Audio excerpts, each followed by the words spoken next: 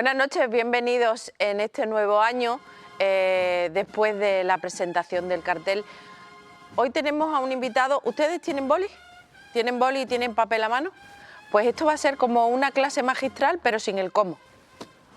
¿No, señor Moraleda? Sí. Bueno, cuando nos planteamos un poco con qué programa íbamos a empezar después de las vacaciones de Navidad y después de la presentación del cartel, por supuesto, estuvimos barajando pues, diferentes opciones y dijimos, bueno, si tenemos a Pepe que acaba de presentar el libro, siempre es una buena oportunidad. Aquí está, el libro sobre el Santo Suplicio. Vamos a hablar sobre el Santo Suplicio, pero tener aquí a Pepe y no hablar de historia, pues es un poco... Buenas noches. Pecado. Muy buenas noches. Estabais hablando antes de empezar, yo creo que casi la pregunta te la puede hacer un poco más Mora. ¿En el 98 qué pasó? En el 98 este señor fue pregonero y nos ha contado que no se lo esperaba, que vamos, no había ningún indicio de que podía llegar a ser pregonero. Yo creo que sí, que los que más o menos pues, en aquel momento nos movíamos un poco en ambientes cofrades y tal, sí teníamos noticias de que un tal José Jiménez Guerrero bueno, pues, participaba en Bajo Palio, tenía intervenciones sobre historia y era una persona que nos gustaba mucho y que nos agradó mucho el hecho de que diese el pregón, pero que mejor lo cuente él. ¿Cómo fue? Bueno, pues fue una sorpresa, porque yo realmente, mi intervención así en tipo pregón había sido solamente uno, ¿no? Yo pronuncié el primer pregón de Zamarrilla, que fue, creo que fue el 18 de marzo del año 95. Y eso me lo ofreció el hermano mayor Hilario Caro. Para mí fue una sorpresa, lo preparé con una ilusión tremenda. Y bueno, hice mi pregón y ya está, ¿no? Lo que pasa es que 2 años más tarde, el año 97, pues hubo un acontecimiento que en cierta medida, luego con el paso del tiempo me enteré que fue crucial para que yo pronunciara el pregón, y fue cuando presenté la revista Estandarte. O sea, sabemos todos que es una revista de la Cofradía de Jesús Cautivo y María Santísima de la Trinidad. El entonces hermano mayor, que era Pepe París, en paz descanse, pues me llamó, me dijo que quería que presentara la revista y tal, toda que la presenté. Y entonces entre el público, entre los asistentes, había, bueno, muchos hermanos mayores y tal, estaba mi hermano mayor, Hilario Caro, y a los pocos días me dijo que había estado hablando con el hermano mayor de la humildad, que era Clemente Solo de Saldívar, y dice, fíjate la frase que me ha dicho, si yo alguna vez llegara a ser presidente de la agrupación, este sería mi primer pregonero. Eso fue en el mes de marzo. Bueno, él ganó las elecciones de ese año, fue nombrado presidente de la agrupación, y el 4 de octubre del 97 me estaba ofreciendo que diese el pregón, cumplió su palabra. ¿Cómo fueron esos meses hasta que...? Eso fue el 4 de octubre, me acuerdo que fue, bueno, yo iba por la calle, yo todos los sábados por la mañana iba a la librería Denis, vosotros sí, claro. Algunos conoceríais, y todos los sábados iba a ver, en fin, a ver los libros, si había publicado algo que me interesara, y recuerdo que por la Plaza de la Constitución pues, me encontré con Clemente, me dijo de tomar un café, lo clásico, y ante mi sorpresa pues me ofreció dar el pregón. Yo un poco le dije, bueno, ¿cuándo es el pregón de tu cofradía? Me dice, no, si no es de mi cofradía, te estoy hablando del pregón de la Semana Santa. Y recuerdo que le dije algo, le dije, mira, es una ilusión tremenda, pero honestamente, yo viéndolo de fuera creo que hay 3 personas que tenían que ser pregoneros antes que yo. Lola Carrera, Jesús Castellano y Federico Fernández Basurte. Y me dijo, tú me vas a guardar el secreto. Lola Carrera nunca ha querido ni quiere ser pregonera. Federico Fernández Basurte es el pregonero de 1999. Y Jesús Castellano quiero que sea el pregonero del año 2000. Te ruego que no lo digas a nadie. ¿Aceptas? Yo acepto. Le guardé el secreto. Y yo sabía 2 años antes los 2 pregoneros. Y hasta que no fueron nombrados, pues no se los comenté. De todas maneras, yo creo que Lola probablemente le hubiera costado mucho aceptar, ¿no?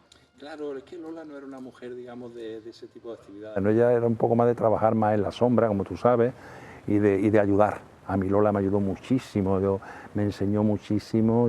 Cuando empecé a escribir, cuando empecé a ir a los archivos, ella siempre me hablaba, me daba consejos y la verdad yo siempre la recuerdo con un cariño inmenso. A ella, lógicamente, a Trinidad García Herrera también, ¿no? Y a Jesús Castellano, que éramos, digamos así, los 4 que estábamos un poco más unidos en un principio, otros compañeros también, pero nosotros 4 teníamos ese feeling muy especial y que a mí desde luego me marcaron y siempre lo recuerdo muchísimo. Además, curiosamente, no solo lo recuerdas en tiempo, sino en lugares, ¿no? Tú vas por la ciudad en algún lugar determinado y quieras que no te viene a la memoria que allí con Lola, con Jesús, con Trini, pasas por el Museo de Arte y Costumbres Populares y te acuerdas los años que estuviste allí investigando en el archivo Díaz de Escobar, cuando se investigaban los archivos. Sí, sí. Estamos hablando de que Trinidad te bajaba el avisador malagueño, unos tomos enormes y de papel, y los veías y tenías que escribir a mano con mucho cuidado, porque Trini era muy especial, no te dejaba ella de verdad, tú lo sabes. Y me parecía muy bien, porque hay que ser riguroso en el mantenimiento. Aquellas fichas que había que ir rellenando. Claro, una vez que se claro, y luego llegar a la casa y ponerla ya a pasar la máquina, después más tarde el ordenador, en fin, todo un proceso que lógicamente ha tenido su evolución positiva. Todo eso, ahora hablaremos del libro, todo ese proceso ha cambiado mucho, ¿no? Claro, Imagino que cuando inicias un proyecto como el del libro que... Es que este prácticamente lo he hecho en mi casa, con muy poco, con material que tenía y con temas puntuales. Raquel me ha ayudado, ya lo sabe, en el archivo de la agrupación, me acerqué un día, Raquel, mira, pero antes que era archivo. Antes que no tenía posibilidad, ¿no? Yo, por ejemplo, para este libro, como para otro, he revisado toda la prensa de los años 20. Y en casa ves todos los periódicos.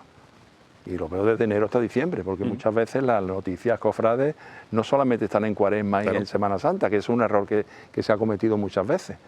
Luego, fuera de ese plazo, es verdad que hay muy pocas noticias. Entonces te puede asaltar esa duda, ¿no? Ya estar cansado, es que no hay nada, no, hay que seguir, hay que ser riguroso, porque a veces das con una noticia importante en el mes de noviembre, por decirte algo. El año 98, verdad que fue un año especial, lo hablamos esta mañana. Curiosamente, fue el cartel del año de Picasso. Exactamente. También fue un cartel que tuvo una gran controversia. A mí me preguntaba, decía, es que no representa a Málaga. Digo, vamos a ver, ¿qué representa a Málaga?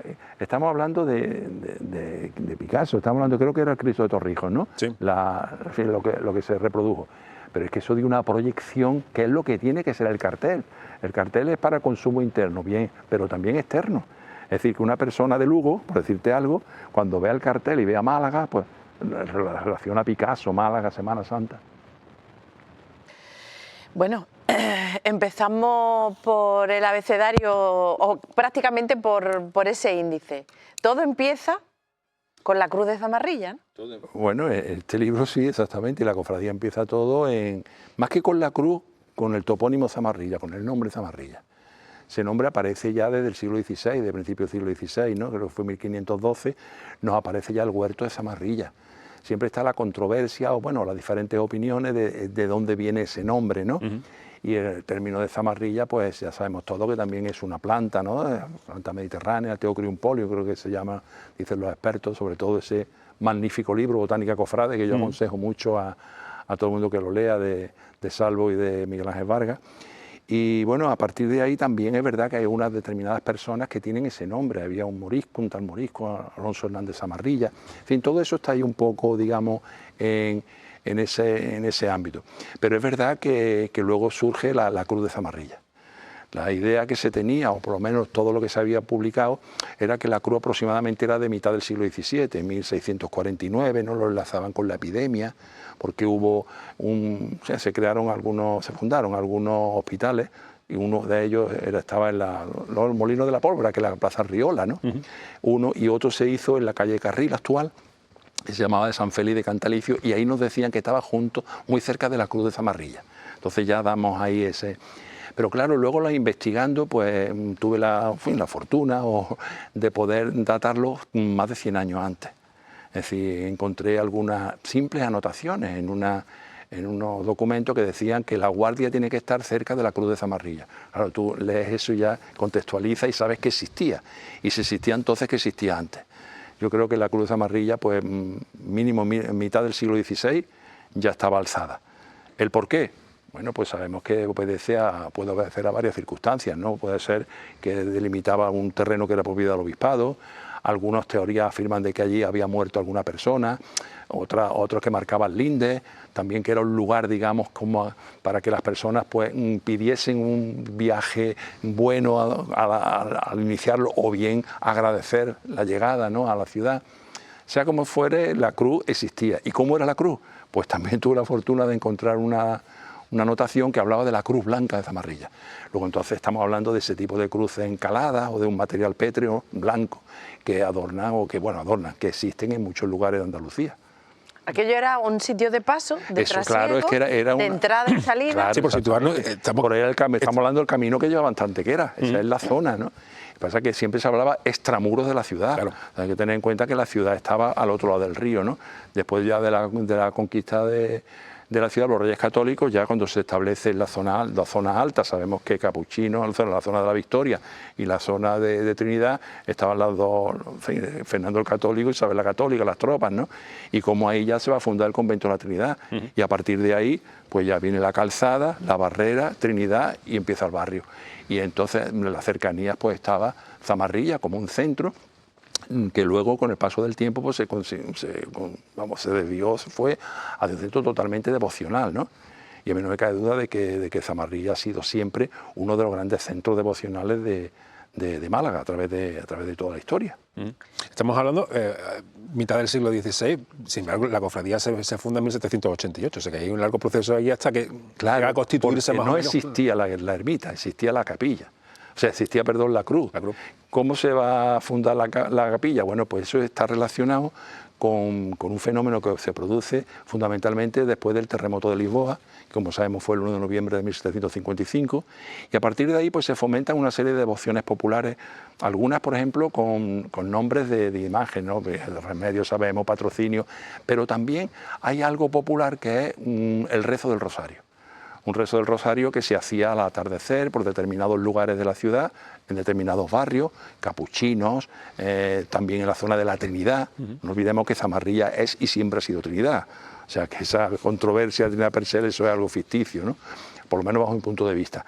Y entonces ahí, en esa zona, un malají, que es un marinero, pues empezó a rezar un rosario por las tardes y a recolectar una serie de limonas, hacer unos sorteos de baratija y tal, con la idea de cubrir de alguna manera esa cruz en un espacio. Y ahí fue cuando empezó ya a iniciarse lo que fue luego la capilla de Zamarrilla, ¿no? Que eso ya se hace ya a partir de ese año, 1757, empieza ya Felipe Pérez Conde, el mayor, fue el que, no era el arquitecto, era un maestro de obras, ¿no?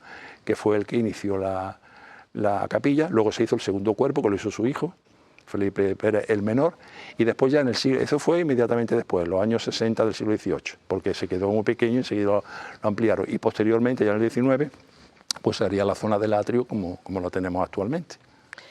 El libro va del Señor del Suplicio, pero claro, todo esto pasa al final aunque es ella que llega como amparo en un momento dado y se convierte en amargura, es Zamarrilla. Siempre. Siempre. Y es ella la que lleva el peso por decirlo de alguna manera, de la historia de todos.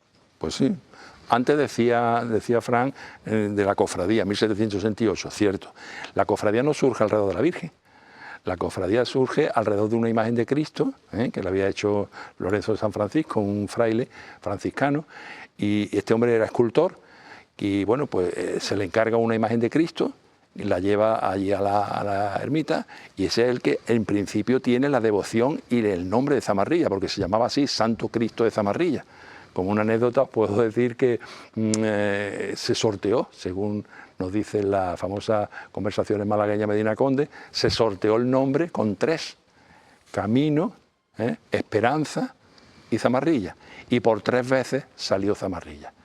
Curiosamente, pues actualmente en la zona, en el barrio y los aledaños existen las dos vocaciones, Esperanza es un amor, y Camino, la Virgen del Camino del grupo parroquial de Gamarra, y Zamarrilla, que sigue siendo Zamarrilla.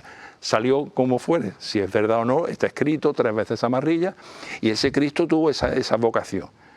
Santo Cristo Zamarrilla, 1788. Sin embargo, 4 años más tarde, un grupo de personas, se hablaba de, en fin, algunos albaceas y tal, pues quieren tener una imagen de Virgen.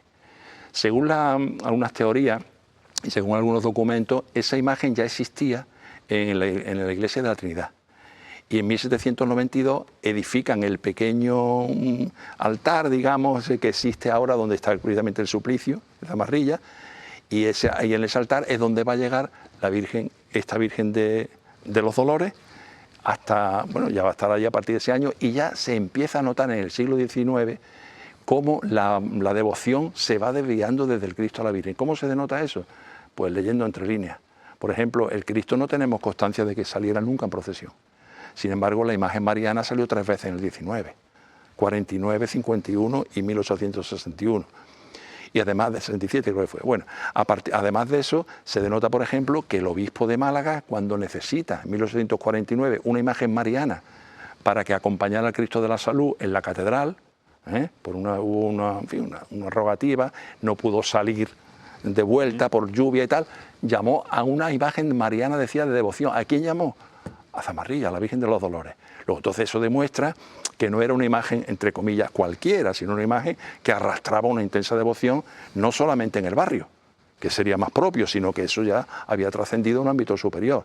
Y como esa, otras muchas características. Claro, en la devoción hacia Zamarrilla se encauza más hacia la Virgen. De hecho, la Cofradía del Cristo prácticamente desaparece. Es verdad que era de enterramiento también. Pero ya tuvo que llegar, como tú me dices, en 1921, cuando un grupo, sobre todo de comerciantes de la zona, no olvidemos que junto a la ermita estaba en esa fecha, a principios del 19, una fábrica, la fábrica de azúcar, exactamente, la fábrica de la Concepción o de Zamarrilla se llamaba, que era un ingenio de fábrica de azúcar, y allí era de los Larios, y ellos fueron uno de los fundadores de esa cofradía que empieza a andar el 1 de mayo de 1921. Una cofradía que va a tener una vigencia temporal hasta el año 1938, cuando ya desaparece, al desaparecer junto con la imagen, la otra cofradía, que ya se integra en la actual del Cristo de los Milagros y María Santísima de la Amargura. Pero el Señor del Suplicio, ¿cuándo llega? Vamos a ver, el Señor del Suplicio llega a la cofradía en 1926. Es verdad que en 1925 pues ya se encarga, digamos, su hechura, y se encarga curiosamente a un imaginero sevillano, Antonio Castillo Lastrucci. Es verdad que este hombre, según demostró Juan Antonio Sánchez López, ya había tallado para Málaga alguna imagen, por ejemplo un cirineo para el rico, y creo recordar también que era un centurión y un romano, algo así, para el Eceomo, desaparecido. Pero creo que fueron las primeras que hizo, ¿no?, como escultor. Sin embargo, en el año 23, pues él fue el que talló el grupo de la Bofetá en Sevilla, y ese grupo escultórico, como todos sabemos, pues tuvo un impacto tremendo por la estética nueva, ¿no?, lo que estaba aportando, y realmente yo creo que fue el motivo fundamental por el que los hermanos de Zamarrilla lo llamaron. De alguna manera querrían que se hiciera algo parecido. Es verdad que más, digamos, más limitado, porque menos imágenes, lógicamente las condiciones económicas tampoco serían las mismas, pero es verdad que por eso creo yo que fue una de las causas por las que le encargaron la imagen. Y la imagen llegó a Málaga en 1926 y se bendijo el sábado de Pasión, es decir, el día antes del Domingo de Ramos, se bendijo, que era el 27 de marzo de 1926, y se bendijo en la iglesia de la Aurora María. ¿Por qué? Pues porque en la ermita, por sus dimensiones reducidas, no cabía ese trono, que también algunas teorías o algunos documentos dicen que había sido labrado por Castillo Lastrucci, y junto con sus imágenes, ¿no?, el romano, el sayón y el que está detrás, pues haciendo los preparativos para la crucifixión, ¿no? Y llega esa fecha. Curioso saber por qué. ¿Por qué llega a Zamarrilla esa imagen? ¿Verdad? ¿Por qué? Bueno, pues llega, también tiene su explicación. Mira que me haga esa pregunta. Exactamente. También llega ¿por qué llega a Zamarrilla esta imagen? Pues yo tengo mi teoría. Mi teoría es que hombre, hacía falta una imagen de Cristo. Una imagen de Cristo, porque estamos hablando de los años 20, una cofradía como Zamarrilla que arrastraba una historia intensísima, sin embargo no había tenido todavía un impacto, digamos, como cofradía procesional en la calle, solamente llevaba 4 años, 22 fue el primero, estamos hablando de 1926, y los hermanos se plantearían pues tener una vocación de Cristo, ¿no?, que curiosamente sería la primera del barrio, como tal vocación de Cristo para procesionar. Es verdad que había otras imágenes de Cristo que se habían procesionado. Por ejemplo, el Cristo de la Salud actual, que era la columna, como sabemos, de la Trinidad, o también incluso el Cristo del Rescate. El Rescate estuvo, curiosamente, había un quinquenio ahí de 1897 a 1902 que había quedado en la historia de la cofradía un poco en el aire, no se sabía qué había pasado. Y bueno, tuvimos la fortuna de localizar una documentación que acreditaba que se había ubicado en la Trinidad, y desde allí procesionó. Incluso el año 97 sacó un preso, curiosamente, eso lo publiqué también hace un tiempo. Pero bueno, a lo que vamos. curiosamente no existía en estos años un Cristo que representara al barrio de la Trinidad en una procesión. Y la emulación de barrio en esa fecha era muy importante. Teníamos al lado el Perchel, con esas imágenes potentísimas, como era el Nazareno del Paso, como era el Cristo de Mena, estamos hablando todavía de Mena, años 20, y Zamarrilla, o sea, y la Trinidad no podía quedar al margen de eso. La cofradía es consciente. ¿Qué sucede? Pues que en el año 24 hubo algo que pasó ahí que fue el detonante para mí. Lo que sucedió es que Zamarrilla alteró el día de salida procesional. Salió el miércoles santo. ¿Por qué? Porque se incorporó detrás de la procesión del rescate, que salía de Santo Domingo entonces. Eso puede parecer algo baladí, algo que no tiene más trascendencia, pero sí la tenía. ¿Por qué? Porque si lees entre líneas, se hablaba de como si de una sola cofradía se tratase.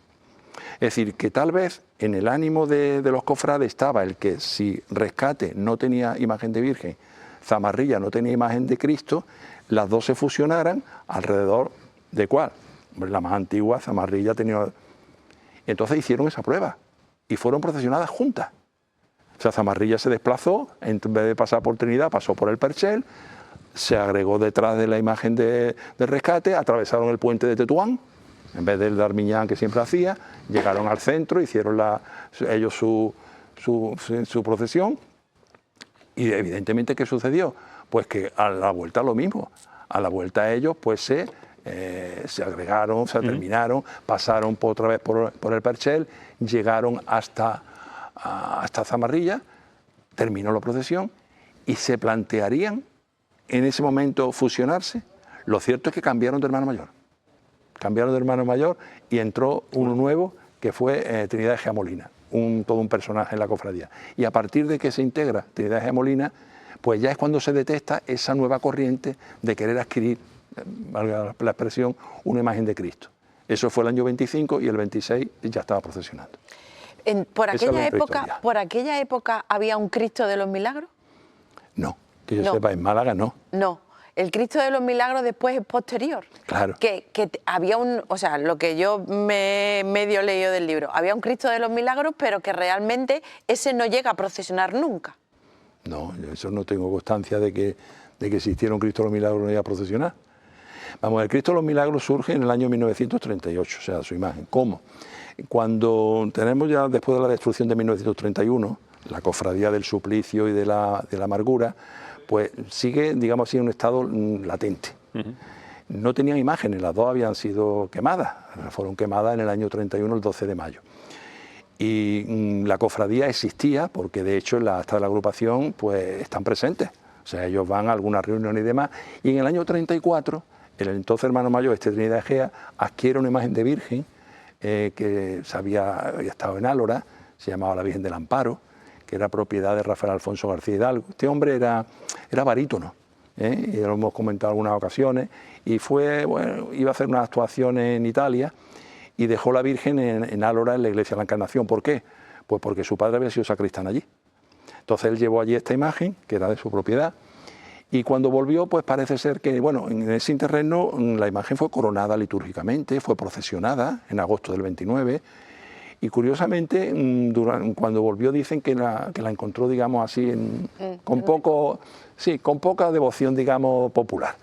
Y entonces optó por llevarla a su casa. Se la llevó a su domicilio, que era calle Santa Lucía, el número 9, y entonces llegó la noticia de que la quería vender, o sea, la talla, y la cofradía, bueno, pues la adquirió, que es la actual Virgen de la Amargura. Entonces, la cofradía tenía una imagen de Virgen. Se procesionó en el 35, el Viernes Santo. ¿Pero qué sucedió? Pues que un grupo de hermanos, porque casi todos eran hermanos de esta cofradía, pues deciden fundar una nueva. Porque fue una nueva. La fundan en el Café Madrid, que era el lugar de concentración de los cofrades de la época, y allí en marzo del 38... firman el acta de constitución de una hermandad que se iba a llamar, bueno, de los Milagros en un principio. Claro, ¿qué sucede? Ellos querían una imagen de Cristo crucificado, no querían, en cierta medida, se querían desligar de esta cofradía, era otra, distinta. Pero ¿qué sucede? Que claro, ellos piensan que una imagen de Cristo, de los Milagros, necesitaría una imagen de Virgen. ¿Qué sucede? Llaman a Trinidad Egea y le ofrecen que se integre como hermano mayor de esta nueva hermandad junto con la Virgen de la Amargura. Claro, eso jurídicamente pues chocaba con la existencia de esta hermandad. ¿Qué se hace? Pues se hace una reunión, se convoca una reunión con objeto de proceder a la disolución de esta hermandad. Esta hermandad de Santo Suplicio se disuelve en marzo del 38 e inmediatamente todos se agregan a esta nueva. Estamos hablando del año 1938, cuando ya se funda la hermandad actual del Cristo de los Milagros y María Santísima de la Amargura, sin el Santo Suplicio. Vamos a hacer una parada para que puedas refrescarte y Muy bien. seguimos, porque en mi equivocación hemos dado un salto. Nos acabábamos de quedar en el 26 sacando al Señor el Suplicio y he saltado hasta el 38. Vamos a hacer una parada publicitaria y volvemos enseguida.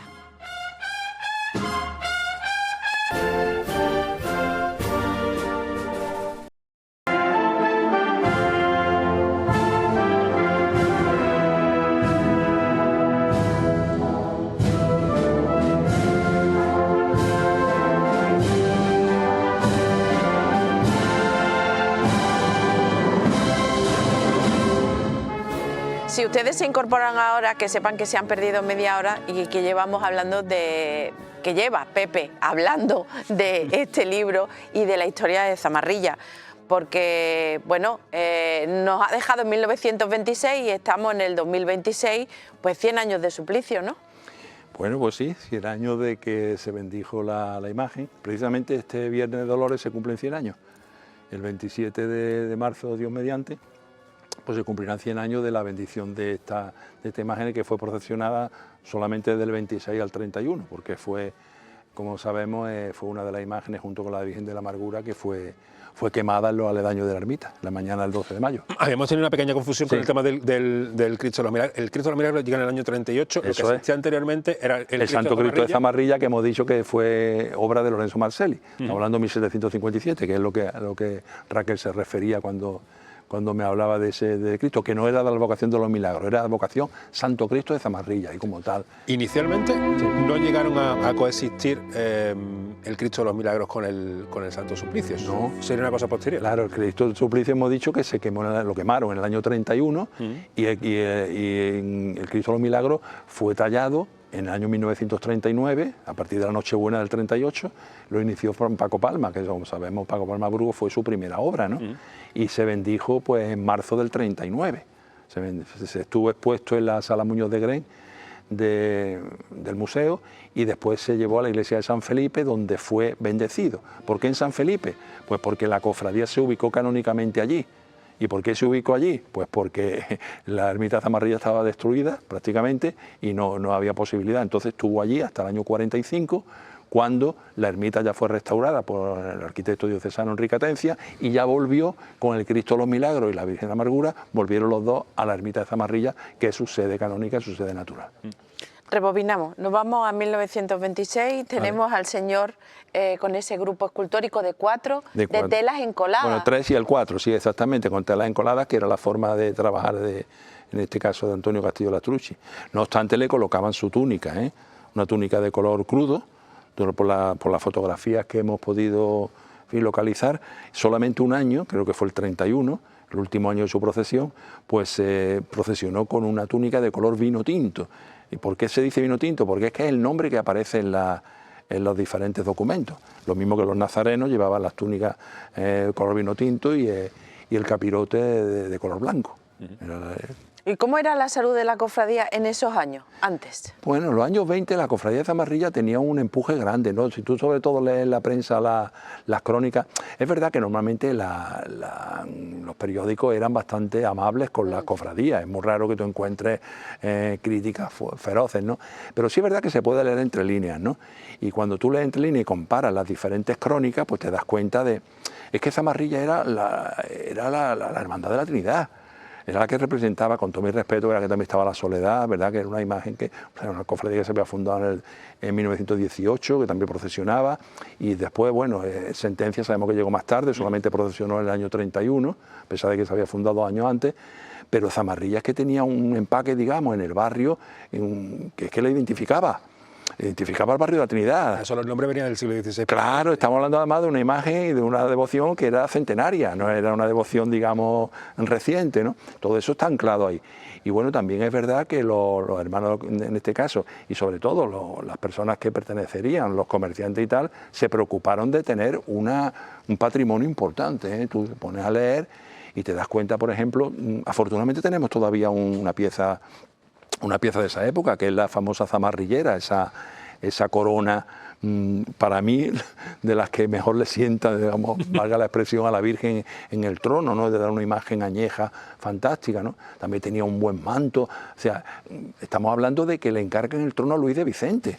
O sea, lo mismo que pasa con la esperanza, lo mismo que pasa con la sangre, pasa con Zamarrilla. Entonces, esos detalles te demuestran que la cofradía tenía una importancia, un empaque muy grande. Y bueno, cuando el año Cristo del Suplicio parece que había pasado un poco más desapercibido, pero yo espero, es uno de mis objetivos, que a raíz de esta publicación pues se vea la importancia que tuvo. Cristo del Suplicio fue un Cristo que en la Trinidad, en Málaga luego, pero en la Trinidad tuvo una acogida extraordinaria. Fue la primera imagen que atravesó el puente de la Aurora. Eso, cuéntalo.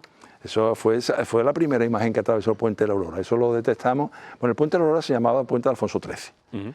Y fue, digamos así, se le hizo la prueba de resistencia en abril, el 5 de abril, creo que fue del año 1930.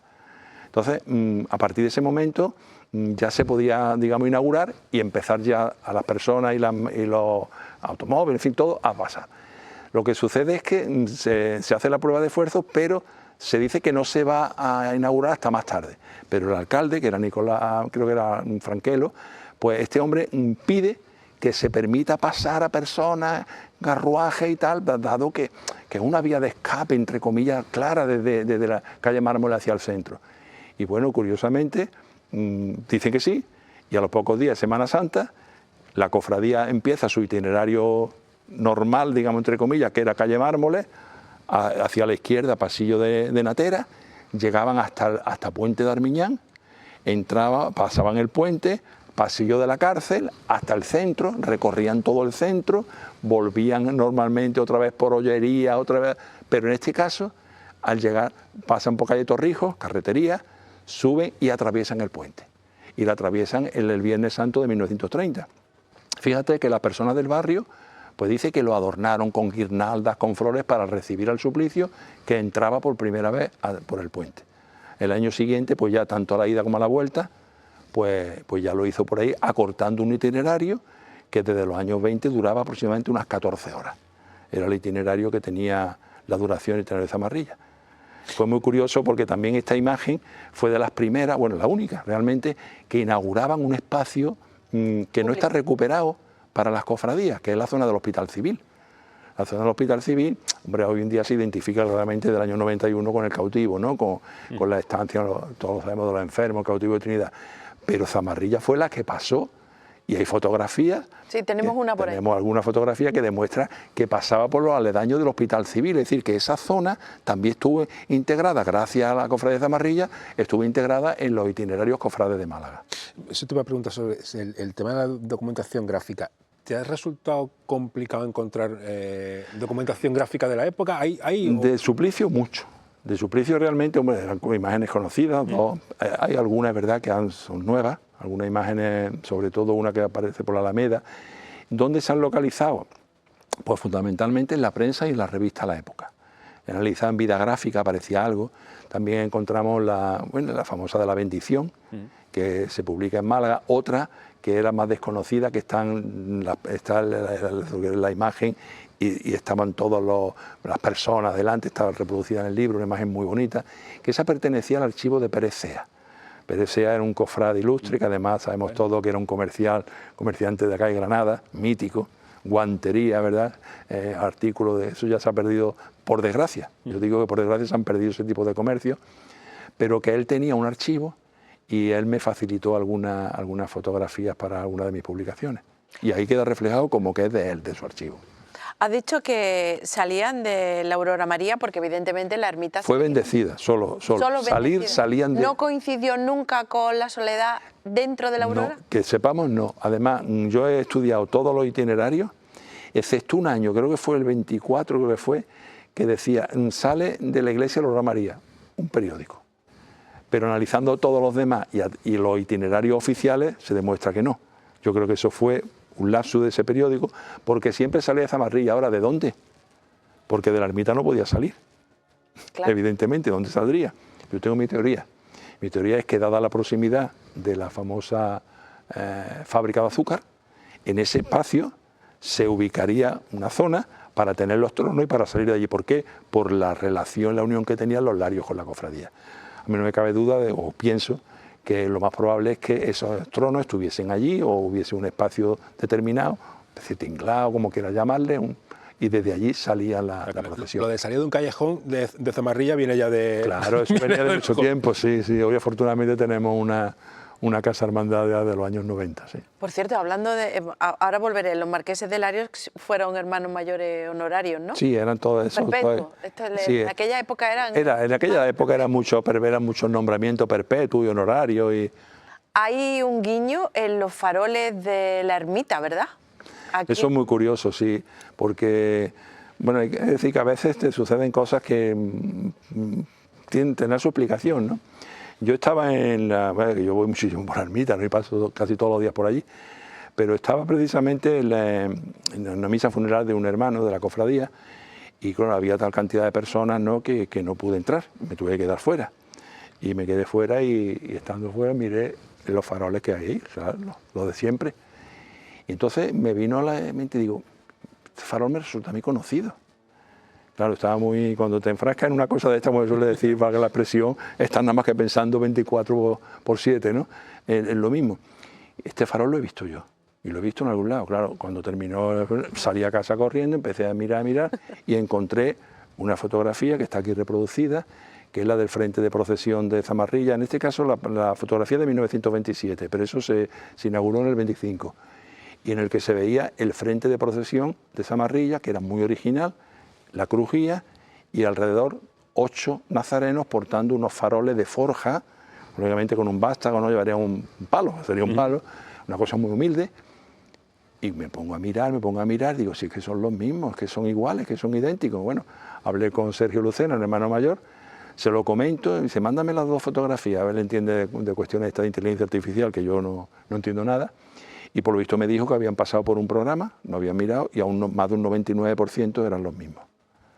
Entonces tenemos, otra persona me ha comentado que sí, que en los años 60 se pusieron, y es verdad, y que esos eran muy antiguos. Es decir, que si tú los ves, además, si vas a la ermita y miras el farol, verás que por debajo se les ve un orificio que era donde se colocaba el vástago. La forma es exactamente la misma. Terminan en una especie de, en fin, unas curvas con una pequeña cruz. Y bueno, es un detalle anecdótico, eso no tiene más... Pero es importante, ¿no? Yo incluso he podido pensar que la cofradía, a lo mejor, no sé, se podía replantear en algún tiempo, pues recuperar esa estampa histórica. Porque no hay, que yo sepa, ninguna cofradía que tenga 8 faroles escoltando la crujía. Que en este caso, claro, habría que hacer ya una cosa no de forja con lo pesado y tal, sino ya de orfebrería, ¿no? Pero sí, son detalles curiosos, anecdóticos, ciertamente, pues eso no va...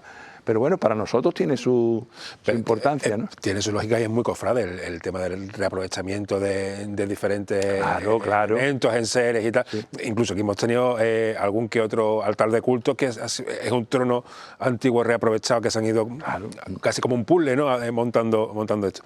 Volviendo a la imagen del Santo Suplicio de Castillo de las Truchis, que decías que, bueno, que causó gran impacto en el barrio, yo no sé si se le ha dado la dimensión artística que merece pero realmente dentro de la producción de Castillo de las Truchis casi que marca un antes y un después en cuanto a ya no solamente el tipo de concepción, porque sabemos que Castillo, en cuanto a los grupos escultóricos, era un maestro y se le ha reconocido sobre todo por la composición que solía hacer, sino que ha influido en posteriores grupos que ha ido realizando. Claro, bueno, los expertos en arte, que yo no lo soy, yo sé lo que me gusta, que no me gusta y lo que no me gusta, ¿no? Y entiendo un poco de arte, pero no soy un especialista en arte, no soy historiador del arte, pero aprendo mucho de lo que leo de los demás.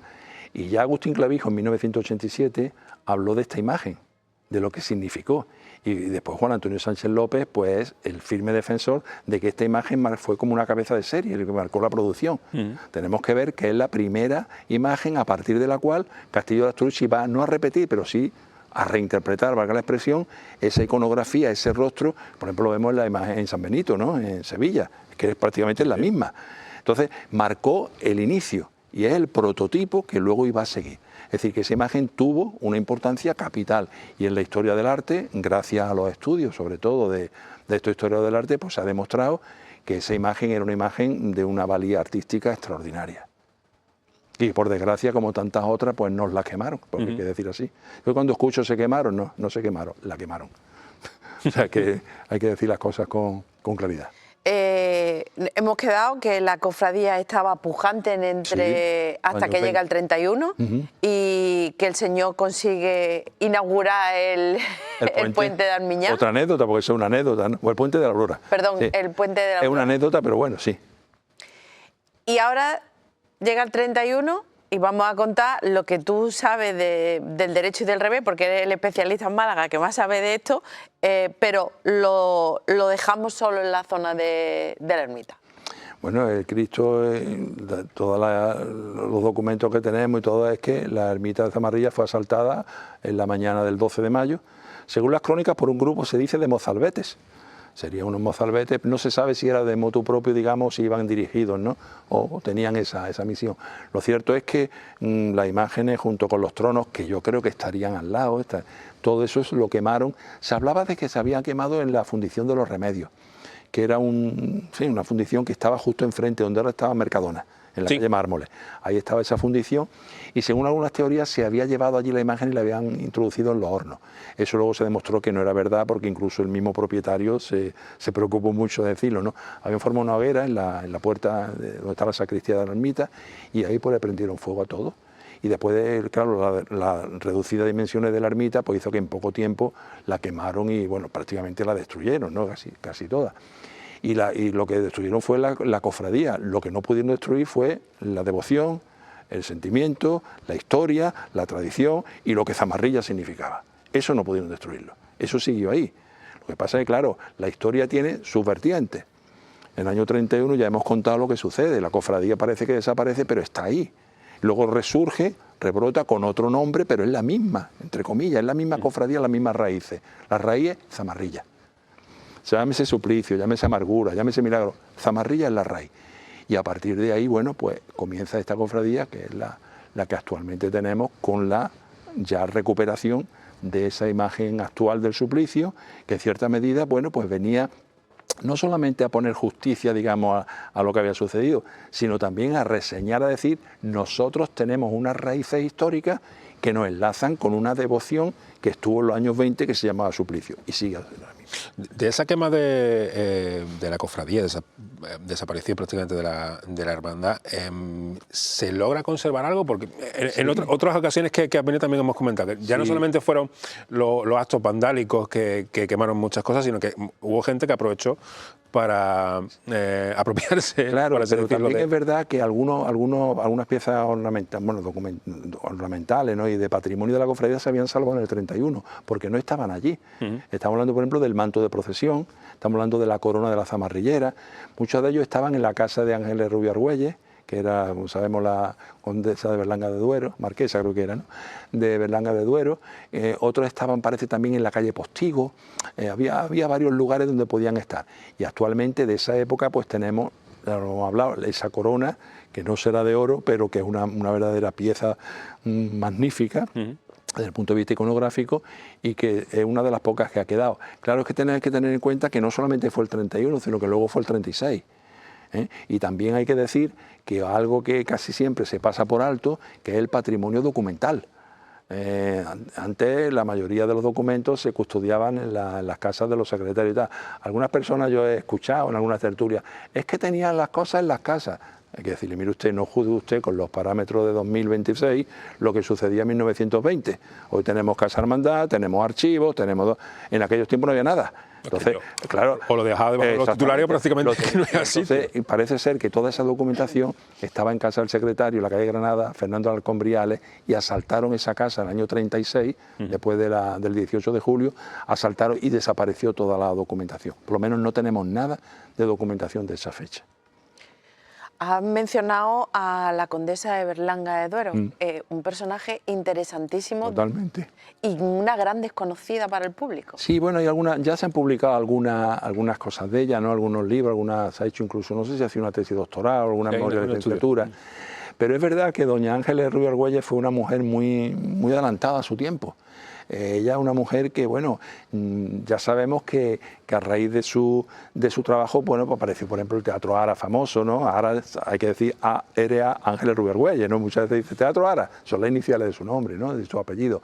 Y no solamente eso, sino que ella se implicó mucho en toda la vida de Málaga, sobre todo en los años 20. Perdona, esto porque me lo ha contado Trini, con la cosa, si me equivoco me corrige por favor, ella estaba casada con Edgar Neville. Exactamente. Y el que tenía los honores de... Era él, claro. Y aunque se divorcian, ella se queda con... Ella sigue. Era una señora, digamos, con unas ideas muy claras, ¿no?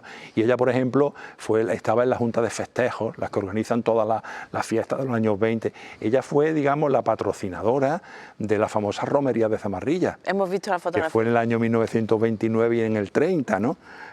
Sabemos que en el año 29 la Virgen de Zamarrilla, en agosto, dentro de los festejos de agosto, porque fue una FEMA, se llevó a la colonia de Santa Inés y en el año 30 se llevó a los viveros de Guadalhorce. A mí me preguntan una vez y digo que eso fue, desde mi punto de vista, algo que no se tenía que haber producido.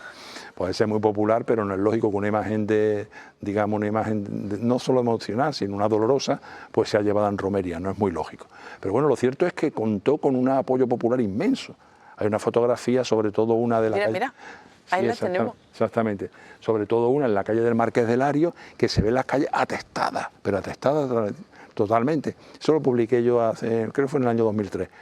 Y la verdad es que demuestra que la gente, bueno, lo acogió muy bien.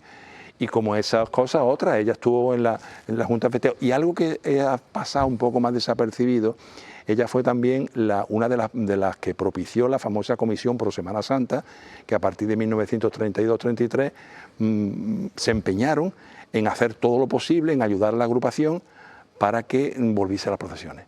Ella fue una de las personas que estuvo. Y es verdad que no es porque yo sea de Zamarrilla, parece que yo nomás que hablo de mi cofradía, pero lo que es cierto. Y ahí en esa comisión, pues los principales dirigentes pertenecían a la cofradía de Zamarrilla, curiosamente. Estamos hablando de ella, estamos hablando de Fernando también, o sea, había varias personas que se integraron en esa comisión y que le ofrecieron a la agrupación las exigencias que tenía. La exigencia era, bueno, pues una especie de pedir perdón, buscar los medios económicos, el apoyo moral, todo eso se lo ofrecieron. Y gracias a eso, en el año 35, pues hubo ese pequeño resurgir, como ave fénix, de que surgieron 11 cofradías, ¿no?, con el resucitado, que se procesionaron Jueves Santo, Viernes Santo y Domingo de Resurrección. Pero todo fue un espejismo. Pues sabemos que ya el año 36 pues se dejaron de procesionar hasta el 38, que solamente se procesionó la Virgen de Servita, que no fue una procesión de Semana Santa, que eso hay que decirlo, se llamaba una procesión de rogativa y penitencia. Y al año siguiente, pues ya se procesionó junto con también el sepulcro y el resucitado a partir del 39, pues ya hasta hoy. ¿Y qué relación tiene la condesa con la leyenda? Pues toda, o casi toda.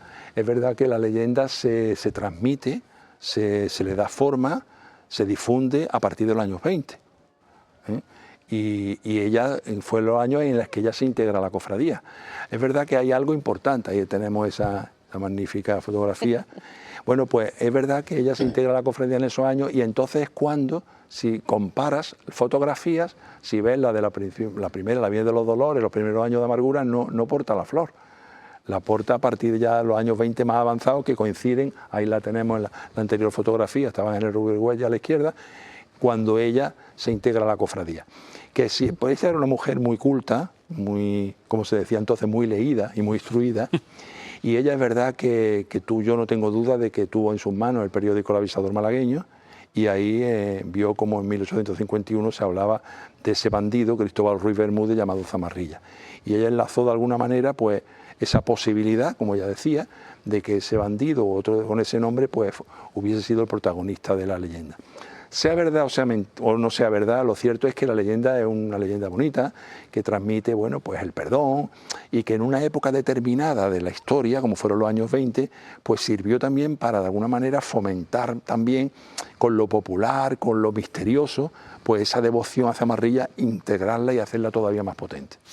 Documentalmente, ¿hay alguna referencia, aparte de esa de finales del 19, en cuanto a la leyenda, o es algo que empieza a popularizarse pero no se entiende muy bien? En los años 20, la primera noticia de la leyenda aparece en los años 20. Es verdad que cuando yo estuve escribiendo junto con Juan Antonio el libro de Zamarrilla, pues documentándome, pues localicé toda la documentación referente al bandido Zamarrilla, además que se llamaba Cristóbal Ruiz Bermúdez.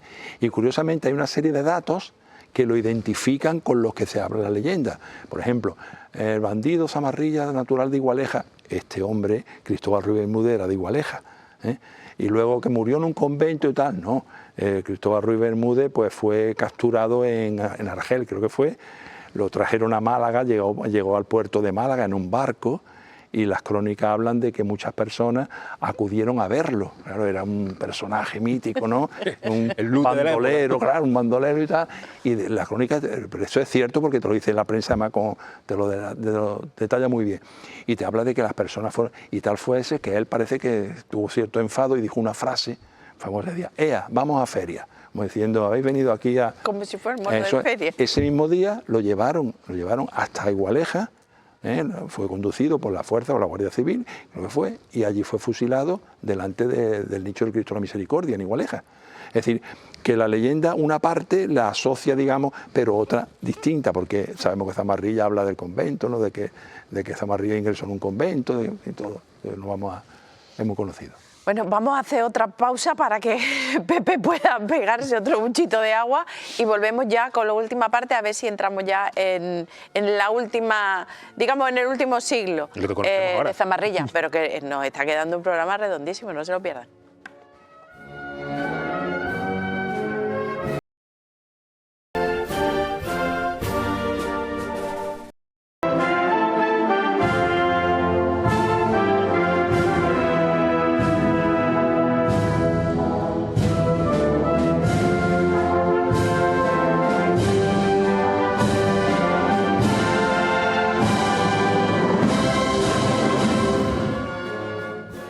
Bueno, abordamos esta última parte, estábamos con la historia del suplicio, pero la historia del suplicio pasa por Zamarrilla, pasa por el Cristo de los Milagros, pasa de la Trinidad, hasta el punto de que en un momento dado el único Cristo que hay como imagen cristífera en el barrio de la Trinidad es el Señor del Suplicio. Podríamos decir que entonces en aquel momento era el Señor de la Trinidad.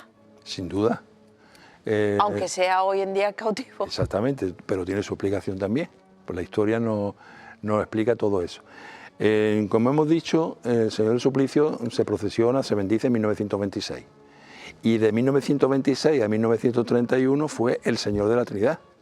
Fue el que ocupó ese espacio devocional, procesional, fue él. ¿Qué sucedió? Quemaron la imagen y se queda huérfano. El barrio se queda huérfano de esa imagen de Cristo, no tenía. Sin embargo, en otros lugares sí había, en otros barrios todavía. ¿Qué sucede? Pues que al quedarse como huérfano se queda ahí un hueco devocional que alguien lo iba a ocupar. ¿Lo podía haber ocupado el mismo Suplicio? Sí, si la cofradía hubiese adquirido, valga la expresión, una talla nueva, pero no la adquirió una de Virgen. ¿Por qué no lo ocupó el Cristo de los Milagros, que era, digamos así, la continuidad? Pues porque el Cristo de los Milagros nunca estuvo en la ermita, hasta el año 45. Se tuvieron que ir, como hemos dicho antes, a San Felipe. Quedó ese hueco. ¿Qué sucedió? Que en 1939 llega y se bendice en el mes de marzo nuestro Padre Jesús cautivo. Y Jesús cautivo desde el primer momento acaparó esa devoción y fue a partir de entonces el Señor de la Trinidad, que anteriormente había sido del Suplicio. Pero si nos fijamos, existen una serie de elementos iconográficos que identifican el porqué digamos, el triunfo de esas imágenes, valga la expresión triunfo. ¿Por qué? Pues porque transmiten una serie de circunstancias muy semejantes. Por ejemplo, el color de la túnica, algo que puede parecer tan poca importancia, ese color blanco, esa pureza, ese sentimiento de esa cara que la tenía, en verdad, bueno, pues como de humildad, el despojado que era Zamarrilla, o el Cristo actual con las manos atadas, la pobreza, eso identifica la propia esencia antropológica del barrio. Y esa es una de las razones por las que esas imágenes, pues de alguna manera se han identificado, se han fusionado hasta tal punto que si entonces se hablaba de suplicio y Trinidad, con toda la de la ley, hoy se habla con toda la de la ley también de cautivo y Trinidad. Eso está claro. ¿Se sabe, Pepe, por qué no quieren adquirir una nueva talla de suplicio y finalmente se decantan por un Cristo de los Milagros? Bueno, pues porque era otra cofradía. Hay varias teorías ahí. Es decir, cuando se funda la cofradía en el año 38 de los Milagros, puede parecer, algunas teorías hablaban, algunas personas, digamos, cosas orales que yo no lo he podido documentar, que incluso a lo mejor si había algún débito económico, incluso de la cofradía, que ellos no querían saber nada de eso, que de alguna manera se querían desligar también de lo que significaba esa cofradía y poner otra. Lo cierto es que eran hermanos, la mayoría pertenecientes a la cofradía del Suplicio, los que fundan los Milagros, hasta tal punto que la imagen de la Virgen, como hemos dicho, se integra, ¿no? En ese momento es Trinidad García Egea y después del 31 ¿sigue estando él? Él sigue estando hasta el año 38 que fallece. Entonces, ¿y que ese hombre cómo era? Ese era un hombre que tenía, bueno, lo que hemos estudiado de él y lo que hemos podido investigar, era un hombre que tenía digamos así, un peso cofrade muy importante, ¿no? Tanto en la agrupación como en la propia hermandad. Y él fue, desde luego, el que mantuvo la cofradía viva desde el año 31 hasta el 38. Lo que pasa que, claro, luego vio que la única posibilidad real que había era la nueva hermandad, que iba a adquirir otra vez ese nombre Zamarrilla con la Virgen, con el Cristo de los Milagros, y se integra ahí como hermano mayor hasta que ya fallece. Pero él fue uno de los grandes ideólogos de lo que fue la llegada del Cristo del Suplicio a Zamarrilla. ¿Y entonces tenemos que esperar hasta qué año? Hasta el 85. Hasta el 85, que llega... Aun cuando años antes ya se hablaba ya de la posibilidad, sobre todo en el año 84, la posibilidad de recuperar esa vocación y de alguna manera pues hacer justicia y de recuperar la historia y de hacer ver que Zamarrilla, Cristo de los Milagros y la Amargura tenía también unas raíces históricas que la enlazaban con la antigua imagen del Suplicio de los años 20, que también, digamos así, una continuidad temporal e histórica. Y fue, bueno, siendo hermano mayor Carlos Rueda, Casola, cuando en una junta de gobierno pues él habla de la posibilidad o de la conveniencia que estimaban de encargar una nueva imagen de Cristo que tuviese, bueno, pues representase el despojo de la vestidura, lo mismo del año 20, para de alguna manera saldar esa deuda y cerrar ese capítulo de la historia.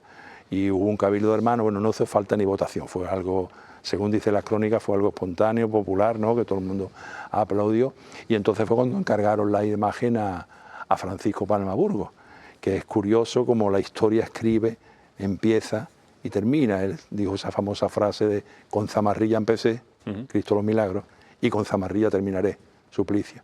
Estamos hablando de octubre, se bendijo el 12 de octubre del 85 y el 31 de diciembre moría. Es decir, fue su última obra, no, bueno, su última obra como tal, porque él hizo una pequeña restauración a la Virgen de la Amargura, la llevaron a su casa, bueno, su casa era la casa de su hermana Lola, que vivía en Carranque, estaba casado con Antonio Casares. Tenemos actualmente, bueno, Carlos Casares Palma, que es cofrade muy conocido, ¿no?, de la Piedad, sobrino de él. En esa casa pues le llevaron la imagen y cuentan que él, eso por lo menos me lo han contado, ¿no?, que estando en la cama, estaba ya muy enfermo, pues no quería tener a la Virgen allí en el cuarto, digamos, en el dormitorio, pero sí la tenía en un lugar que él la podía ver. Y él la restauró, creo que fue una pequeña restauración en el rostro, y ese fue realmente el último trabajo, digamos, como tal que él hizo, ¿no? Y luego ya fue a Úbeda, donde murió, y allí está enterrado. Sabemos que está en un nicho que una cofradía de Úbeda pues se lo cedió a perpetuidad. Palma, para dedicarle casi uno o dos programas pues sí, solo, porque... Sí, tenía además tenemos afortunadamente hoy en día historiadores del arte muy expertos en ello, ¿no? Y es verdad que se lo encargaron a él. Yo he leído en algunas actas de la cofradía que hubo algunas intervenciones de hermanos, de la conveniencia también de hablar con otros escultores, pero esa idea de algunos parece que se diluyó rápidamente, porque todos coincidieron en que sería muy positivo. Incluso se hablaba de que fuera la misma imagen del Cristo de los Milagros en otro momento. Eso te iba a decir, que de hecho... Y que tuviera ciertas características iconográficas que lo asemejaran. Se cierran varios círculos, ¿no? Se cierra un círculo de la historia, se cierra un círculo con Palma-Burgos, y también se cierra ese ciclo de similitudes entre la imagen de Cristo de los Milagros con... Es que tiene unas características muy semejantes. Es que en la ermita yo soy un defensor de ese espacio sacro a muerte, como dicen los clásicos, ¿no? Pues es que ahí no nos damos cuenta realmente muchas veces en Málaga de lo que tenemos. Y esa ermita es una joya, es uno de los escasos monumentos dieciochescos que nos quedan en Málaga de la época como tal. Y ahí tenemos, bueno, pues aparte de otra imagen y tal, tenemos una imagen que era, digamos así, el origen indirecto del Cristo de los Milagros. Tenemos ese Cristo que es el Cristo de la Diputación, sabemos que está en el segundo cuerpo a la izquierda, en un pequeño altar. Ese Cristo, ese crucificado, lo talló Francisco Palma García, el padre de Palma-Burgos, en el año 38 o 37, a instancia de la Diputación. Por eso se llama Cristo de la Diputación. Y es un crucificado en el que él representa una serie de elementos que luego su hijo, Palma-Burgos, lo va a trasladar al Cristo de los Milagros. Por eso se dice que es, digamos así, la imagen primera de la que luego partiría esa otra del Cristo de los Milagros. Así que tendríamos la imagen previa, la imagen primera y la imagen última. O sea, en el espacio primero tendríamos el Cristo de la Diputación, en el altar mayor, junto a la Virgen de la Amargura, el Cristo de los Milagros, y en la parte de la derecha, en el antiguo camarín que se hizo en 1792 para la Virgen de los Dolores, tenemos la imagen actual del Suplicio. Eso para que cuando vayan ahora a la ermita vayan con las ideas más claras y cuando entren a mano izquierda hagan así un barrido visual, sepan todo lo que tienen allí. Incluso yo aconsejaría que entrando a la derecha, pues hay una pequeña, en fin, un metacrilato en el que hay un croquis, está muy bien, que te dice pues todas las imágenes, autores y tal, que eso es algo que yo echo de menos en algunas iglesias. En alguna iglesia va y ve una imagen y tú sabes que es el Cristo tal, la Virgen tal, pero la persona que viene de fuera o que no es versada en estos temas, pues ignora hasta el nombre de la imagen, y no estaría de más colocar una pequeña, incluso con su autor, su fecha y tal, porque la información siempre es necesaria. Tú has sido siempre uno de los grandes defensores de las iglesias, y me estoy acordando hace 2 o 3 años que fuiste el bastión, que empezaste a decir, por favor, se nos está cayendo Santo Domingo. Venía con un impacto importante. Sigue cayendo Santo Domingo, porque claro, actualmente tú vas allí a la puerta y no es que te dé lástima, lo que te da una pena inmensa de ver en el estado de deterioro que continúa después de varios años. Es decir, que se habla mucho y se hace poco. Mira, una anécdota. En realización, viendo los vídeos que íbamos a poner, hay un momento en que sale el Nazareno del Paso cuando salía de Santo Domingo, sí, y mi realizador ha dicho, mira, la puerta está igual que ahora. Claro, pero es que, bueno, pero la puerta está así, pero lo que es, digamos, la fachada, desconchones, una cosa lamentable, que eso no representa lo que es Málaga.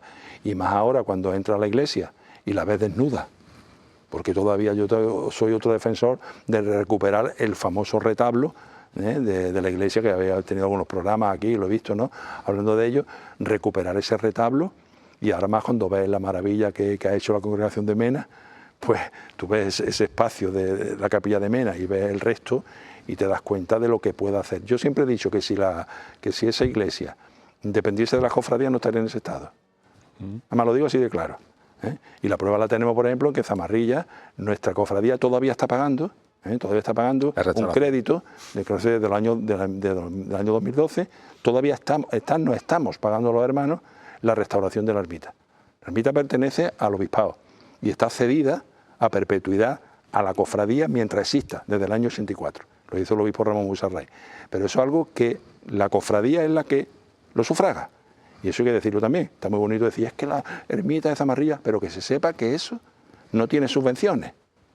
Eso no tiene subvenciones ninguna. Eso es la propia cofradía la que de su peculio particular y de las cuotas de los hermanos y de los demás está pagándolo todo. Mantenimiento, personal que está allí todo el año. Es decir, que existe, porque claro, otras cofradías tienen un altar con sus 2 imágenes. Pero nosotros tenemos esa ermita que eso, pasa que claro, no existe unas subvenciones ni que decir, bueno, esto hay que mantenerlo, porque esto es Málaga. Aparte que es de las pocas, como bien dice, es de las pocas construcciones de la época y de ese tipo de construcciones, claro, ermitas como tales que en Málaga quedan. Sí, tenemos la de 1800, que es la del Rescate, de esa esquina. Que también se estaba restaurando. Se está restaurando ahora, ¿sabes? Pero que la restauración que se hizo de Zamarrilla no la hizo ningún organismo, ningún organismo. Eso lo hizo la propia cofradía, hay que decirlo así de claro. En relación a ese altar de Santo Domingo, es verdad que bueno, hay un movimiento latente, no solamente entre hermanos de la congregación de Mena, sino también algunos hermanos de la Esperanza que pues son proclives a esa recuperación, pero sí es verdad que están un poco esperando también a que se haga esa restauración. Sí, pero es que la restauración lleva ya, Fran, mucho tiempo. Sí, claro. Y lo que es lamentable es que... Y nos acordamos de ella el Jueves Santo, claro, cuando estamos viendo por la tele. Claro, y cuando tú ves en televisión de salir sobre todo el traslado del Cristo de Mena y ves esa imagen tan potente y tal, y de pronto ves esos desconchones, porque a mí por lo menos se me viene el mundo a los pies. Hace un par de años, modestamente, pues empecé en mi estado, porque yo no tengo redes sociales, fue en mi estado de WhatsApp que puse una fotografía y tal, y eso empezó a correr como la pólvora, y bueno, a mí me llamaron, incluso a una persona de autoridades, vamos a decir, estuve hablando y se lo dije, digo, no, es que eso hay que arreglarlo. Es que si es un BIC, digo, bueno, pero es que si es un BIC o un VA, como usted quiera decirle, tanto cuesta. Es que no se puede tocar porque tiene un tratamiento de bien interés cultural. Digo, será incultural, bien incultural, no bien cultural.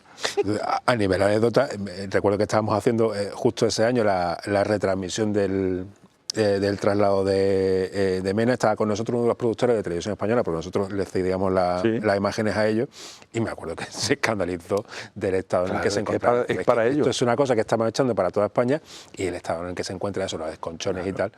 Pero tú ves, sin embargo, al lado la casa, el salón de trono, de todo, toda la edificación perfecto, y eso no se puede tocar. Usted, eso, como dice el clásico, se repella, se pinta un poco, pues no se puede tocar. Pues vale, así nos va. Pasamos al año 85, ¿y qué ocurre con la imagen? Bueno, pues que el año 85 se le encarga a Paco Palma, ¿no? Se le encarga la hechura de la imagen. Él entonces vivía en Castel San Elías, en Roma. Y claro, él pensaba hacer allí la imagen, pero hubo un problema, y es que legalmente no se podría sacar, digámoslo así, valga la expresión, desde Italia hasta España una obra de arte. Entonces se decide que la va a tallar en España. Se viene a Torrejón de Ardoz. ¿Por qué? Pues porque allí tenía era un negocio de imprenta, uno de los cofrades más importantes de la cofradía, y allí, bueno, pues empieza a tallar la imagen, en principio con barro, ¿no? Él decía una frase, dice, traspasando mi propio dolor al barro, hice mi Cristo del suplicio. Ya él estaba enfermo. Y realmente pues lo notaba, y por eso dijo esa frase. Hizo el barro y tal, lo talló, y después de ahí, bueno, pues ya se lo trajeron a Málaga, y en el pasillo de Atocha, en una casa que había sido curiosamente sede del Partido Socialista, y abajo había estado el Partido Comunista, pues ahí policromó la imagen del Cristo del Suplicio. Y bueno, pues esa imagen ya la entregó en julio, y hubo un debate de cuándo se iba a bendecir y demás, y finalmente pues se decidió hacerlo en una fiesta entonces también con mucha trascendencia, que era el día 12 de octubre, sábado caía. Y me acuerdo que hubo también una cierta polémica, en el sentido, bueno, polémica, opiniones diferentes de hacerlo dentro de la ermita afuera. Se tendría en la memoria tal vez que el suplicio se bendijo en una iglesia, el suplicio del 26, pero claro, una iglesia con unas dimensiones mayores, la ermita muy pequeña, y finalmente se decidió hacerlo en la calle. Se hizo en la calle Martínez Maldonado, al lado de donde está el lateral de la ermita, y se colocó como dosel el manto de la Virgen, y el padre Ávila pues fue el que nos hizo, bueno, con este Cristo ya, ¿verdad?, la bendición. Hizo la bendición del Cristo, y realmente fue un momento muy importante. Yo lo recuerdo que estuve allí, había muchísimas personas, también hubo grupos populares de ofrendas y tal, y a partir de ese momento ese Cristo pues ocupó o llegó y se ubicó en el camarín que era de la Virgen de los Dolores, de Pomargura, el que está actualmente. Y entonces ya hablamos en presente, porque ya lo has vivido tú en tus carnes, ¿tú has visto crecer esa devoción? Es que devoción interna sí, no existe una devoción, hay que decirlo, una devoción externa al Cristo del Suplicio, ni existe, hombre, si tú comparas, valga la expresión, esta amargura y tal, pero es cierto que es una imagen que hay un grupo ya de personas que están trabajando en ello, y que yo modestamente espero que con mi aportación histórica o documental, como se quiera decir, pues también se conozca la realidad se fomente más esa devoción y que bueno, hay un grupo de personas y la cofradía pues sabemos todos que tiene como uno de sus objetivos, digamos, una posible procesión de esa imagen, ¿no? En ese año, en el 85, ¿había ánimo de que se podría sacar Yo no a la calle? recuerdo pero sí es verdad que paralelamente a lo que es a la hechura de la imagen, se le encarga o se le dice a Paco Palma que idee la posibilidad de hacer un grupo de misterio. Incluso creo que en el libro viene recogido un dibujo, unos apuntes que él hizo, una cosa originalísima, porque uno de los sayones lo colocaba sentado en el cajillo, con las piernas así para afuera, una cosa. Pero claro, eso estamos hablando de octubre y él murió en diciembre.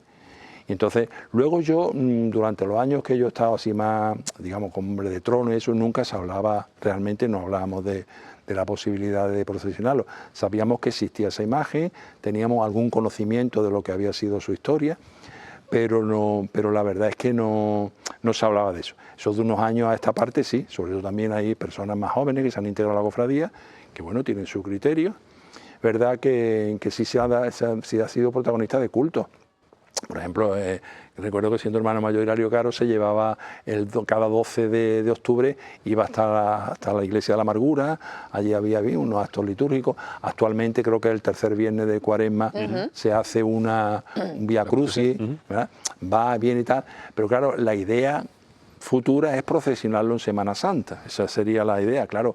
Todos sabemos y somos conscientes de lo que eso podría conllevar. En cuanto al factor humano, harían falta, no sé, 200 hermanos mínimo entre hombres de trono, o sea, lo que digamos el factor humano nazareno y tal.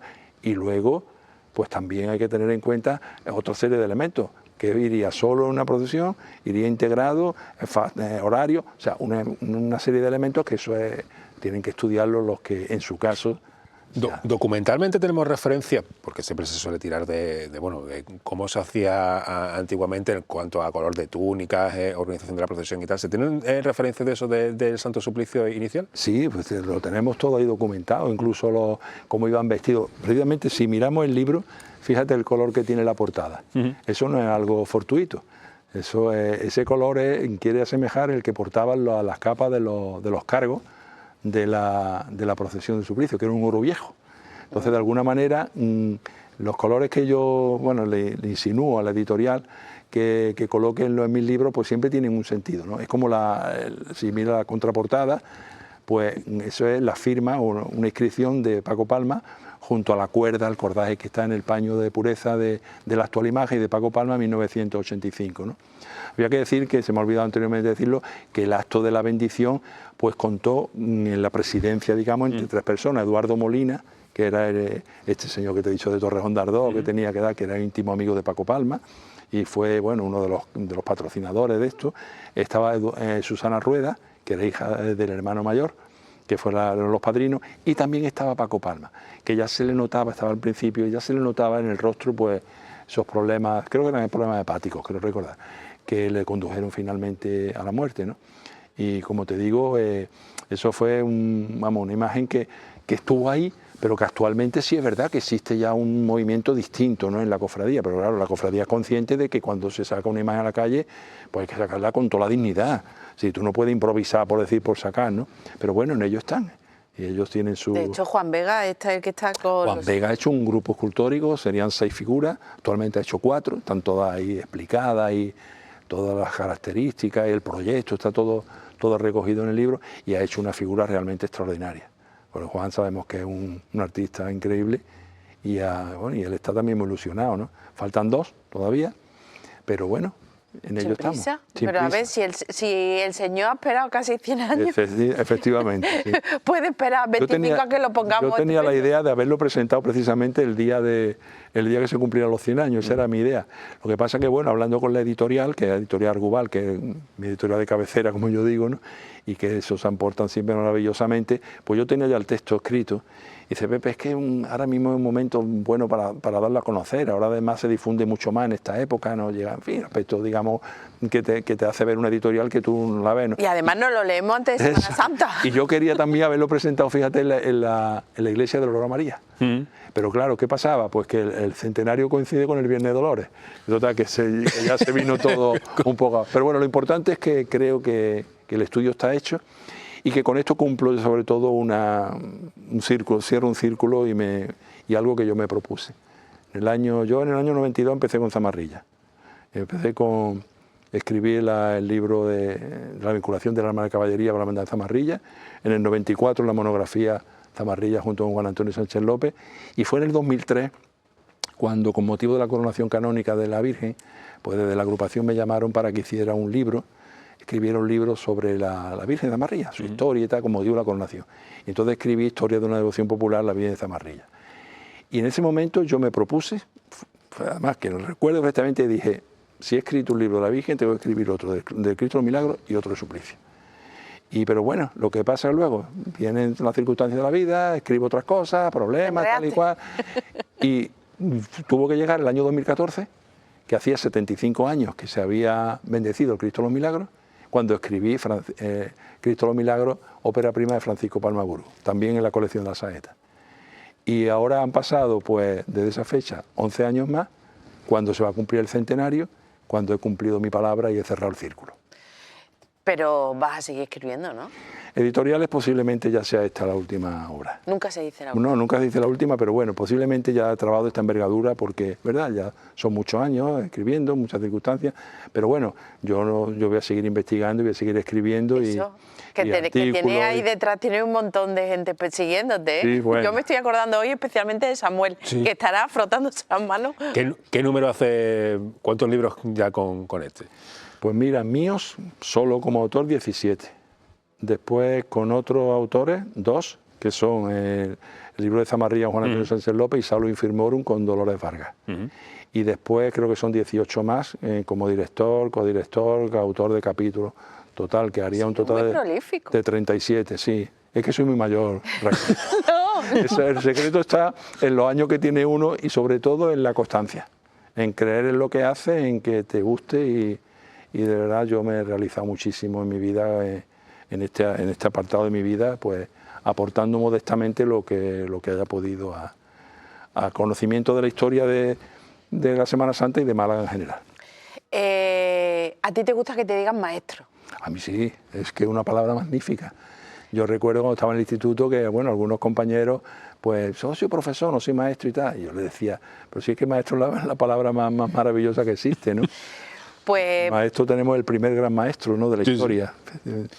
Maestro, muchísimas gracias. A Pero vosotros. es que no, o sea, no es suficiente con un gracias la clase que nos has dado hoy. Bueno, vosotros por... No dejes de escribir, que nosotros tenemos que seguir leyendo. Intentaremos seguirlo y de verdad muchísimas gracias a vosotros por vuestra habilidad y daros la enhorabuena. Esto no es algo que se suele decir, sino que yo sigo toda la semana y, por ejemplo, el otro día en la presentación del cartel me hiciste pasar un buen rato en la casa y me gustó mucho, hay que decirlo también, la presentación que hizo Lidia. Pues Lidia eso lo guarda también en su corazón. Pues darle la enhorabuena de parte mía, la seguí de la casa con mucha atención y estuvo realmente brillante. Muchas gracias a vosotros Pepe, por siempre. acompañarnos. Señor Moraleda. Poco más que decir. No hay que decir nada más. ¿Vamos a añadir? Nosotros nos vamos a despedir volviéndole a enseñar el libro. Yo me lo he leído a volapié, voy a hacer una segunda lectura más intensa, pero por favor, estas cosas son las que te das cuenta que al final las cofradías son las personas. No se lo pierdan. Nos vemos la semana que viene. Buenas noches. Adiós.